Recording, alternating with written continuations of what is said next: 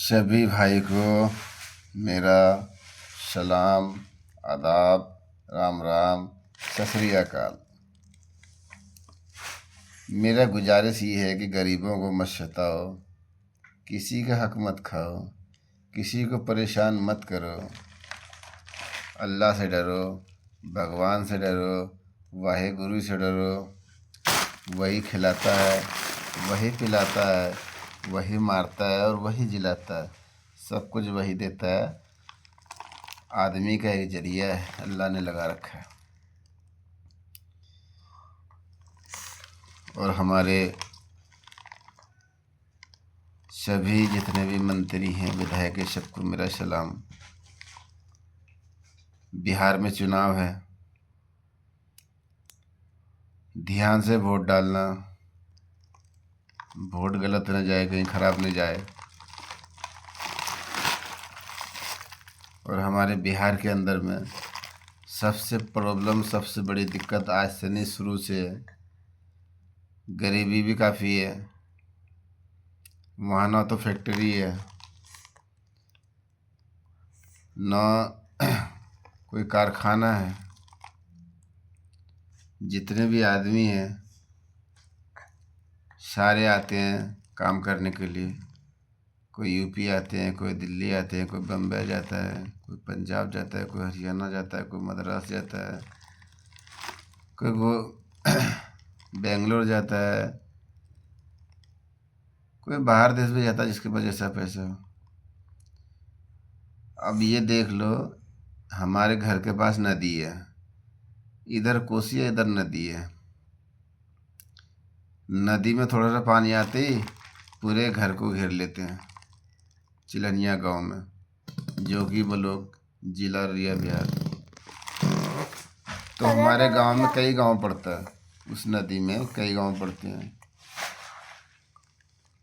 बंगला खोल भी परेशान है, शादीपुर भी परेशान है, जो मुझे याद है।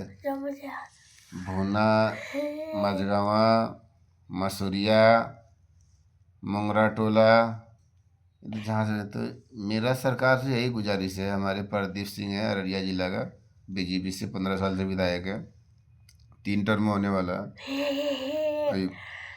तो मुझे ये गुजारिश है मोदी जी से और प्रदीप जी से, मुख्यमंत्री से है, कि जहाँ भी गांव का एरिया पड़ता है, नदी को ऐसा बांध दे, पानी आए तो नदी, घर किसी का बर्बाद ना हो। और हरियाणा में एक जुगाड़ कर रखी है कि गड्ढे के पास में एक पंप लगा रखा है सरकारी, नाले में फ़ौरन पानी डाल देते हैं। इसी तरह हमारे बिहार में भी होना चाहिए। जहाँ पे गड्ढे हैं वहाँ पे पानी का जो लगा दिया जाए पंप है, उसके ज़रिए से, पाइप के ज़रिए से नदी में पानी चला जाए, जो हमारे किसान को खेती करने में दिक्कत ना हो। पानी आए, चला दे, ख़त्म हो जाए, किसी का बर्बाद फसल ना हो। और हमारे यहाँ तो बाढ़ आता तो 15-15 दिन तक धान गल जाते हैं। एक बार रोपते हैं, लगाते हैं, धान गल जाता है जिसका नीचा, फिर दोबारा बेचारा लगाता, कहाँ से पैसा लाएगा। बिहार की सरकार बिहार में बिल्कुल ध्यान नहीं देते हैं। अगर मान लो चलो डूब गया, खेत डूब गया, आदमी का मुआयना करा जाए, कितना खेत किसके पास है, उसी हिसाब से पैसा दिया जाए।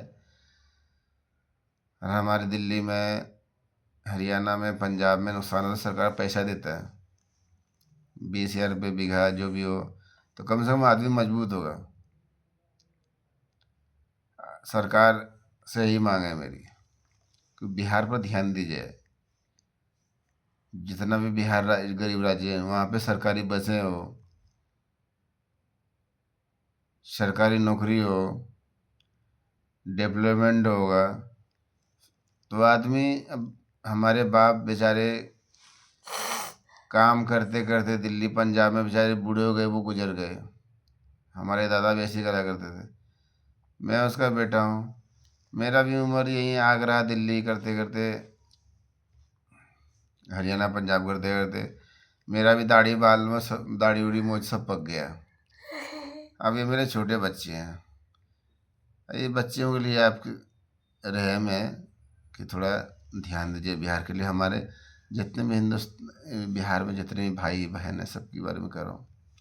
जिनके पास नौकरी है उसे तो कोई दिक्कत नहीं है, जो बेचारा रोज कमाता है रोज खाता है उसे दिक्कत है। मांगने वाले को भी कोई दिक्कत नहीं है, 4 घर मांगेगा उसका पेट भर जाएगा।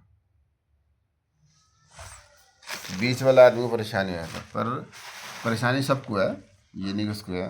खेत वाले का भी खेत पड़े हैं, एक फसल होता है। चिकनिया गांव में चिकनिया जगह है, वो टेलर जितना भी एक फसल होता है तो कह रहा है। इसलिए मेरी गुजारिश है सरकार से, नीतीश बाबू से, इस चीज़ में ध्यान दिया जाए। जो किसान को होगा तो किस मजदूर भी काटेगा तो मजदूर को भी होगा। दूसरी बात, स्कूल में जो सरकारी स्कूल में इंग्लिश से पढ़ाई करा जाए। बच्चे इंग्लिश पढ़ नहीं पाते हैं, गरीब बच्चे। जिसके पास पैसे है वो अच्छे स्कूल में पढ़ाते हैं, उसके बच्चे अच्छा पढ़ता है। कोई क्रिकेट में जाता है, कोई मास्टर बनता है, कोई डॉक्टर बनता है। गरीब का बच्चा बहुत कम बनता है, बेचारा 10वीं 12वीं तक पढ़ता है तो उतना इंग्लिश नहीं आता। तो ये सरकार से मेरी गुजारिश है कि पढ़ाई में कड़ाइयत करें। पढ़ाई बहुत ज़रूरी है। बिहार के अंदर में जितनी भी, पूरे हिंदुस्तान में जितना भी स्कूल है, जहाँ इंग्लिश पढ़ता है शुरू से तो वहाँ तो कोई दिक्कत नहीं है। जहाँ इंग्लिश नहीं पढ़ाई होती है वहाँ सबसे बड़ी दिक्कत है। हर एक चीज़ इंग्लिश में होती है, कहीं भी जाओ कुछ बनाओ, दवाई दुकान, डॉक्टर कोई भी है, हर चीज़ इंग्लिश से शुरू होता है। हिंदी तो आदमी जान ही जाता है। तो सरकार को इस चीज़ पर ध्यान देना चाहिए। और हमारे जितने भी टीचर हैं पढ़ाते हैं, चाहे दिल्ली से हो, बिहार से हो, चाहे जहाँ से भी हो, उनको बच्चे पे ध्यान देना चाहिए। जब तक को बच्चे को डांटेंगे नहीं तो थप्पड़ मारेंगे नहीं, बच्चा पढ़ेगा भी नहीं। तो ये मेरा सबसे गुजारिश है, हाथ जोड़ के इस चीज़ पर ध्यान रखें।